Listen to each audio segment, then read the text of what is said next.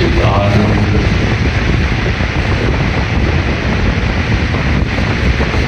भेद नहीं है, जिसमें अभेद है, अद्वैत है, मैं और वो नहीं है। जहाँ एकमात्र चेतना है, एकमात्र सत्ता है, जहाँ निकाल नहीं है, जहाँ कोई सीमा नहीं है। उस तत्व से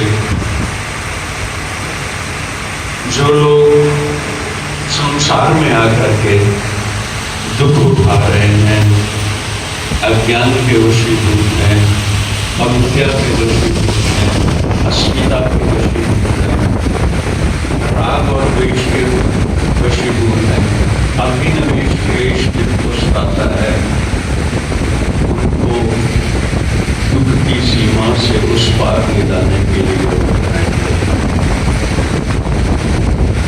करना है हृदय, समाधिस्थ हृदय केवल भक्तों के कल्याण के सार में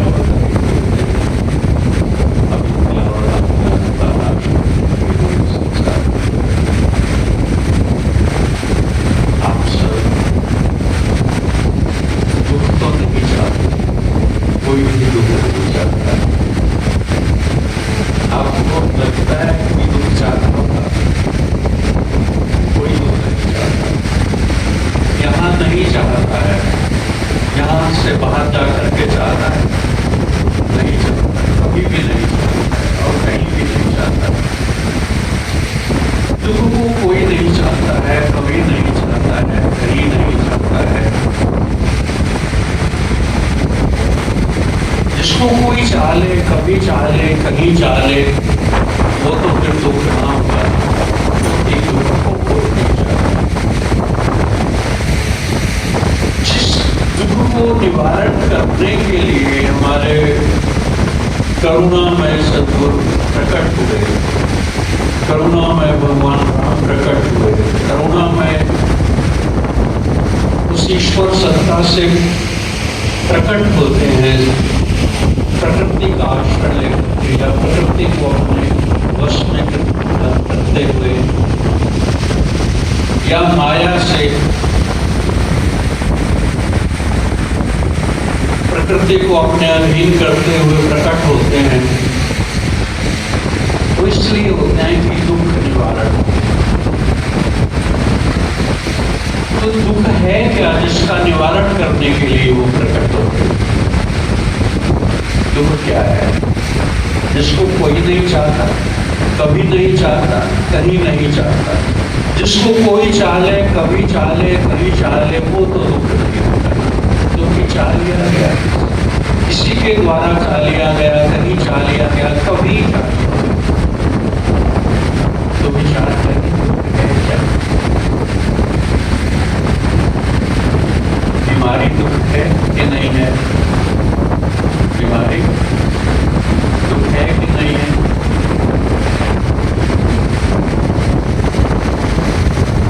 जब घर में कभी काम करने का मन ना हो, ऑफिस जाने का मन ना हो, तो कभी बहाना लगा है बीमारी का? लगता है तो चाह लिया गया। लड़ाई में कई बार कमजोर दिल सिपाही सावन घोल करके पी लेते हैं कि हॉस्पिटल में जाएंगे, हॉस्पिटल में चले जाएंगे, लड़ाई के मोर्चे पर नहीं जाएंगे। तो बीमारी को चाह लिया गया। बीमारी जो है वो मूल दुख नहीं है, चाह लिया गया है। दरिद्रता दुख है, दरिद्रता दुख है, लेकिन चाह लिया गया है। साईं मुझको इतना दीजिए जामे कुटुंब समाए, मैं भी भूखा ना रहूं, अतिथि न भूखा जाए। बस इतना सा दे दीजिए, मैं भी भूखा न रहूं, अतिथि भी भूखा नहीं जाए, इतना सा दे दो बस। महावीर, बुद्ध और अपने घर की सारी जायदाद को छोड़ करके भिक्षा पात्र हाथ में ले लेते हैं तो चाह लिया गया ना, दरिद्रता को चाह लिया गया, चाह लिया गया। राजा भर्तृहरि राज्यपाट छोड़ करके भिक्षा पात्र हाथ में ले लेते हैं तो दरिद्रता को चाह लिया गया। तो दरिद्रता भी नहीं है। कुंती भगवान श्री कृष्ण के पास बैठी हुई कहती है, कृष्ण मुझे दुख दो। हुआ तो ये क्या मांग रही है? हाँ कृष्ण, तू दुख में बहुत याद आता है। उसकी याद के लिए दुख को चाह लिया गया। तो मृत्यु दुख है कि नहीं है? मृत्यु दुख है कि नहीं? जो अमृत को जान ले उसके लिए दुख नहीं है। जो जीते जी अमृत इतना जाग जाए कि जीवन में ना जागृत अवस्था में अंधकार रहे, ना स्वप्न अवस्था में अंधकार रहे, न सुषुप्ति अवस्था में अंधकार रहे, जो तुरीय तत्व में जाकर के अपने अमृत को पा ले, और जिसको ये पता चल जाए कि मेरा कभी जन्म भी नहीं हुआ, मेरा कभी मृत्यु भी नहीं होगी, वो अमृत को जो धारण कर गया उसको मृत्यु नहीं लगेगी, क्योंकि उसकी मौत होती है। और कबीर कहते हैं कि जिस मरने ते जग डरे मेरे मन आनंद, मरने ही ते पाइए पूर्ण परमानंद। क्या मरण है वो? एक तो शरीर का मरण है और एक वो मन का मरण है। मन का मरण का मतलब कि जो संसार भीतर बस रहा है, जिस आधार पर बस रहा है, चित्त के स्तर पर बस रहा है, मनन के स्तर पर बस रहा है, मान्यताओं के स्तर पर बस रहा है, बुद्धि के स्तर पर बस रहा है, अहंकार के स्तर पर बस रहा है, वो सब विश्राम को प्राप्त हो जाए, वो सब विश्राम को प्राप्त हो जाए। वो सत्ता अभी प्रसन्न चला कि भगवान परमहंस महाराज जो है वो अद्वैत मत के प्रणेता थे। अद्वैत तो हमेशा से ही है, उन्होंने उसकी व्याख्या की, उन्होंने उसका प्रचार प्रसार किया। अद्वैत तो स्वतः सिद्ध है। भगवान आद्य शंकराचार्य ने जो है उसको पुनर्स्थापित किया। तो जहाँ दूसरा है ही नहीं, दूसरा कोई कभी नहीं था, कभी होगा भी नहीं,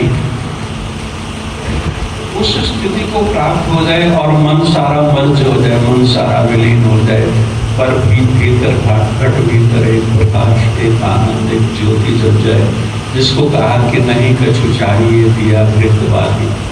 जिस ज्योति को जलने के लिए कुछ दीपक की आवश्यकता नहीं है, घी की आवश्यकता नहीं है, बाती की आवश्यकता नहीं है, वहां मरण नहीं है। वैसे जिसको हम मरण कहते हैं, जिसको हम मरण कहते हैं, वो दुख होता है कि नहीं होता है? मौत का भय लगता है कि नहीं लगता है? आप सुन रहे हैं? मृत्यु का भय लगता है कि नहीं लगता? नहीं लगता। सच में कह रहे हो? अच्छी बात, सौभाग्य है अगर ऐसा है तो। मृत्यु भी आपने चाह लिया मृत्यु को, तो इसका मतलब मृत्यु भी दुख नहीं है। आप कहते हो भय नहीं लगता? फांसी के रस्से को चूम करके गले लगा लेते हैं लोग, आत्महत्या कर लेते हैं, सुसाइड कर लेते हैं, मर जाते हैं। अब तो घबरा के कहते हैं कि मर जाएंगे, और मर के भी चैन ना आया तो किधर जाएंगे। तो मरण भी दुख नहीं है, शरीर का मरण भी दुख नहीं है, क्योंकि ये भी चाह लिया गया है। तो फिर दुख है क्या? आप बताओ ना, दुख है क्या? दुख क्या है? जिसको मिटाने के लिए अवतार लेते हैं करुणामय, कृपामय, दयामय, रस से भरे हुए, जिनके हृदय ऐसे हैं जैसे अजल कहता है, मेरे दिल में अजल हैं कुंड भरे, जब चाहे पी लो के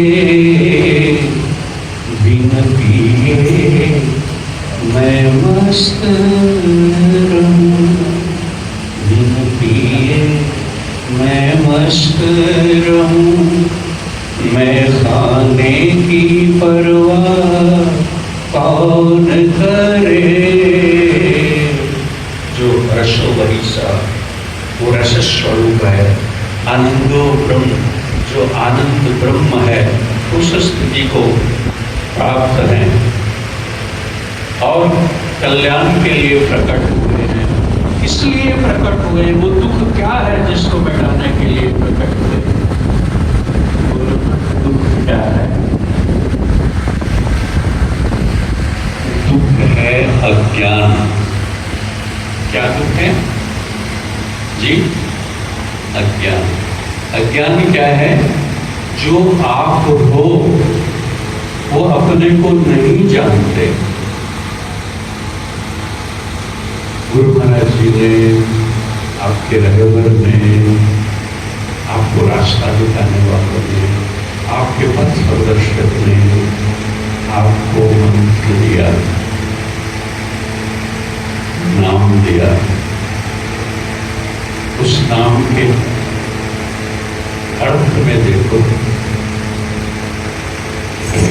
हृदय मंदिर में करो प्रत्यक्ष ज्योति राम की, प्राणापान में जोड़ राखो वृत्ति सोहम नाम की, श्वास की गंगा में नहाओ आते जाते रे मना, योगाग्नि से पाप जारो तृष्णा नहीं काम की। अभ्यास के झोंके लगे जब ओम सोहम शब्द से, शुद्ध हो मार्ग त्रिपुटी का, दर्शे झांकी ओंकार की, छोड़ दे तू मोह जग का शब्द में वृद्धि लगा, श्वास श्वास में आवे जावे धुन हो अजपा जाप की, मैं मेरी को दूर कर दे समर्पण हो जा ईश की, रोम रोम हो ज्योति प्रकट सच्चिदानंद घनश्याम की, अमृत टपके बाजे अनहद शंख बांसुर वीण की, ज्योति में तू ज्योति हो जा हीरा स्वरूपानंद की। हमको नाम दिया, इसलिए दिया कि आप अपने को उससे जुदा मान रहे हैं। जो आप नहीं हैं वो अपने को मान रहे हैं, जो आप हैं वो अपने को जान नहीं रहे हैं। तो अपने आप को जानने के लिए कि जो सर्वव्यापक सत्ता है, जो ऐसा सागर है जिसका कोई किनारा नहीं है, जिसकी कोई सीमा ही नहीं है, उस असीम से आपकी अंतर चेतना अलग नहीं है। सोहम अस्मि इति वृत्ति अखंडा दीप शिखासु परम प्रचंड, उससे आप अलग नहीं हो, अर्थात तुम वही हो, तत्वमसि, तत्वत्वाम असि, तू वही है, ये कहा।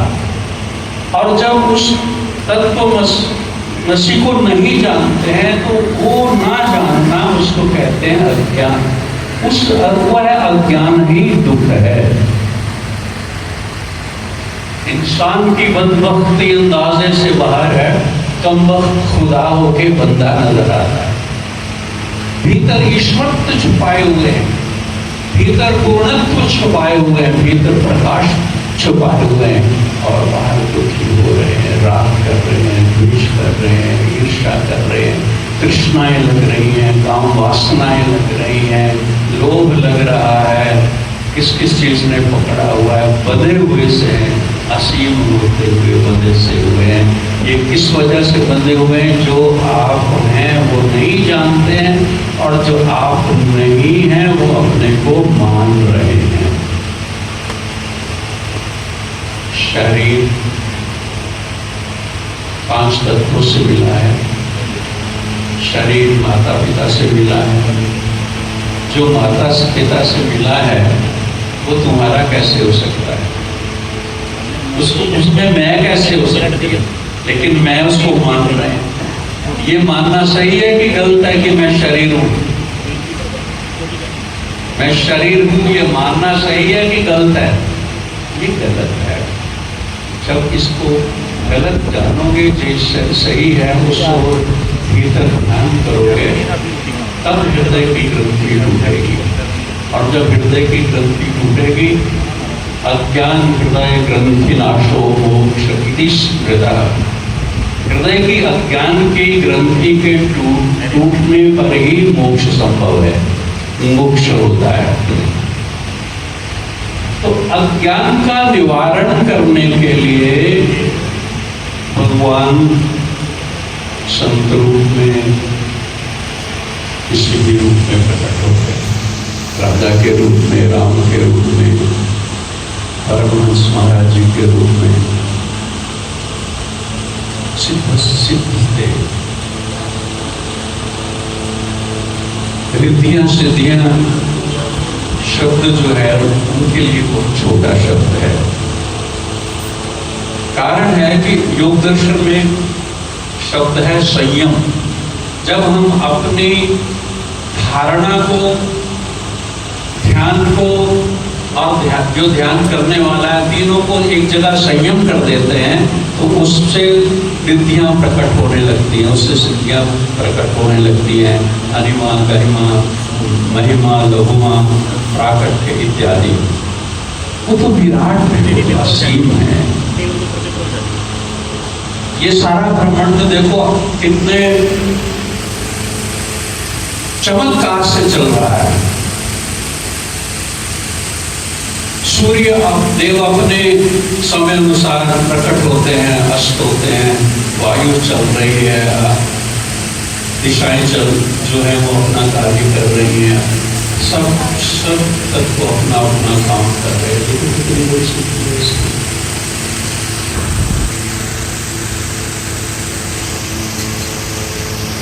तो गुरु महाराज ने कहा कि हृदय के मंदिर में उस राम की ज्योति को, उस सर्वव्यापक की ज्योति को, उस प्रकाश को प्रकट करो।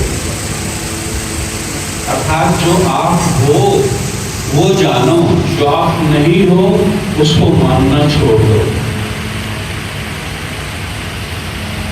भगवान शंकराचार्य ने एक छोटा सा ग्रंथ है, उसमें लिखा है दृष्टा दृश्य विवेक। एक दृष्टा है, देखने वाला, और एक दृश्य है, दिखाई देने वाला। तो कहते हैं कि जो दिखाई दे वो जड़ होता है, और जो देखने वाला है वो चेतन है। ये जड़ चेतन की ग्रंथि है भीतर, ये नहीं टूटती है। ईश्वर अंश जीव अविनाशी, चेतन अमर सहज सुख राशि, सो माया वश भयो गुसाई, बांधो तीर मरकट की नाई, जड़ चेतन की ग्रंथि पर गई, यद्यपि मृषा छूटत कठिनाई, तब ते जीव भयो संसारी, छूटे न ग्रंथि न हो ही सुखारी। हमारी आंख बाहर देखती है, जगत को देखती है, और मानते कि आंख दृष्टा है, जगत दृश्य है। आंख दृष्टा है, जगत दृश्य है। जगत जड़ है, आंख चैतन्य है। जब आंख धुंधली हो जाती है, आंख को कम दिखाई देने लग जाता है, और हम डॉक्टर के पास जाते हैं और डॉक्टर कहता है कि आपको ये कौन सी लाइन पढ़ने में आ रही है, ऊपर की, नीचे की, सबसे नीचे की, सबसे बारीक, सबसे मोटी। आप बताते हो कि ये आ रही है, ये नहीं आ रही है। तब आंख के धुंधलेपन को कौन देखता है? आंख के धुंधले ज्ञानेंद्रियों के पास नजदीक मन है, मन देखता है। मन कहीं और लगा हुआ हो, चिंता में लगा हुआ हो, आप भोजन कर रहे हैं, फिर पीछे की ये दाल का क्या स्वाद है, ये सब्जी का क्या स्वाद है, ये हलवे का क्या स्वाद है, ये खीर का है, तो भी आप खा रहे हो। तो आप कहते हो कि खा के बता। कारण वो जो स्वाद लेने वाला था वो कहीं और चिंता में डूबा हुआ था, पता नहीं चला। तो मन देख रहा है कि आंख धुंधली है। आप सुबह उठे, मन प्रफुल्लित था, दोपहर को एक फोन आया, गड़बड़ हो गई, मन विचलित हो गया, चिंता तो हो गया, मन जो है उसमें पीड़ाएं उठ पड़ी, मन में दुख आ गया। उसको किसने देखा कि मन में कभी दुख आता है, मन में कभी सुख आता है, मन में कभी हर्ष आता है, मन में कभी शोक आता है, उसको कौन देखता है? उसको आपकी इंटेलिजेंस देखती है, आपकी बुद्धि देखती है। तो देखो, जगत जड़ है, आंख भी जड़ है, मन भी जड़ है, ये भी दिखाई दे गया। और बुद्धि में काम, अरे हमें बैठू मोटे, उसको कौन जानता है? उसको आपकी चेतना जानती है, उसको आपकी आत्मा जानती है। वो चेतन है, जो चेतन है वो आप हो। और जो जड़ के साथ मैं करके मिल जाता है वो अज्ञान की वजह से होता है। जैसे शाम के समय आप जा रहे हो, रास्ते में रस्सी पड़ी हो, रस्सी न दिखाई दे तो साफ दिखाई देता है। ऐसे ही जो हम हैं, जब हम अपने को नहीं जानते, तत्वता नहीं जानते, स्वरूप से नहीं जानते हैं, तो उसकी जगह अस्मिता है। फिर मेरा मेरा, ये मेरा, ये मेरा, ये मेरा, ये मकान मेरा, ये होगी मेरी, ये परिवार मेरा, ये शरीर मेरा, ये मन मेरा, ये मानता, ये मेरा चिंतन, ये मेरी बुद्धि को मेरा मेरा कर करके मैं बन जाता है, अस्मिता बन जाती है। फिर उसमें जीना और उसमें जीने का मृत्यु की तरफ, उसमें जीने का मतलब गुरु महाराज की जय का प्रकट होती जब हमारा हृदय, हमारा भीतर जो है वो पूरा